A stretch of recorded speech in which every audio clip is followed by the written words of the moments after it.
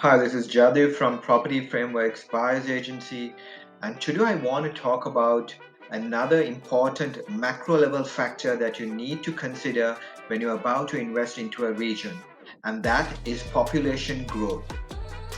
Now, population growth is important because it indicates that demand for houses in that region. But population growth doesn't necessarily mean that property prices are going to increase in that area. And the reason is because with population growth, there's also a demand for new homes, and therefore, new homes are generally constructed in those areas with high population growth. So, even though there is increasing demand due to more people coming in, there's also an increasing supply. So, you should look at both the demand and supply and see whether it makes sense to invest into that region. Now, let's look at the fastest growing locations in terms of populations from each state and how many homes have been built there in the last 2 years. Let's look at the fastest growing area in each state. In NSW, you have the Boxall Nelson areas, which has had a growth of 40% in the last 2 years.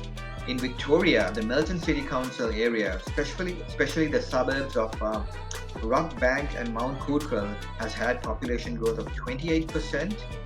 Queensland, the Ripley areas, that's had an increase of about 21%.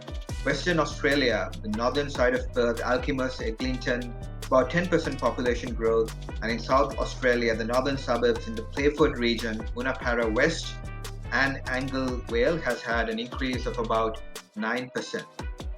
So these are actually the fastest growing areas in each state. And you can see that there's a significant population growth in each one of these areas. But you can also see that there are a lot of homes being built in these areas. If you just take the Melton City Council, Rockbank, Mount Cootral, so there are about 5,000 new people in this area. The population has increased by about 5,000. And the number of new homes built in the last 2 years is about 4,500. Now, with these new 5,000 people, let's say each home is occupied by 3 people. So if you have 5,000 people increase, you would only need about 1,500 new homes to accommodate those 5,000 people. But you have already built about 4,498 new homes here, which means that that is a surplus.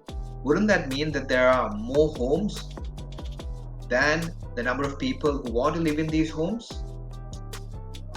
So that's what you need to consider, guys. How much population growth is there and how many new homes are being built? And is the population growth, the demand higher than the supply?